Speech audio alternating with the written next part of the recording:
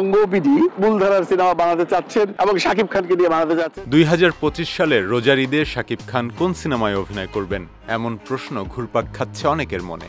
কেউ কেউ ধারণা করে রেখেছিলেন আরশাদ আদনানের প্রযোজনায় রোজার ঈদে আসতে পারে শাকিবের ছবি, কিন্তু আরশাদ আদনান রোজার ঈদের জন্য রাজ ও ইধিকা পালকে নিয়ে সিনেমা বানাচ্ছেন।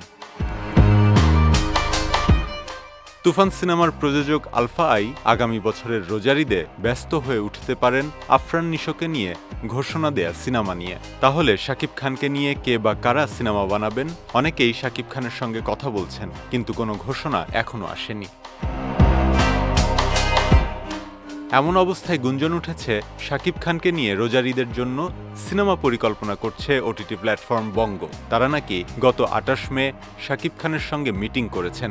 সঙ্গে ছিলেন নির্মাতা মালেক আফসারি। পরিচালক সমিতিতে প্রতিষ্ঠানটি জেমস নামের একটি সিনেমার নাম এন্ট্রি করে রেখেছেন। শাকিব খান তাদেরকে কথা দিয়েছে যে কোনো একটি ঈদে তাদের সাথে কাজ করবে। ওয়ালটন ফ্রিজ কিনে অনেকের মতো আপনিও হয়ে যেতে পারেন মিলেনিয়াল। সেরা পণ্যের সেরা অফার। বিষয়টি নিয়ে কোনো কথা বলতে চাইছেন না সংশ্লিষ্টরা। সিনেমাটি কে পরিচালনা করবেন তা নিয়েও আছে ধোঁয়াশা। শোনা যায় সিনেমাটি মালেক আফসারি পরিচালনা করতে পারেন, তবে নির্মাতা নিজে কয়েকবার জানিয়েছেন তিনি জেমস নামের কোনো সিনেমা পরিচালনা করছেন না।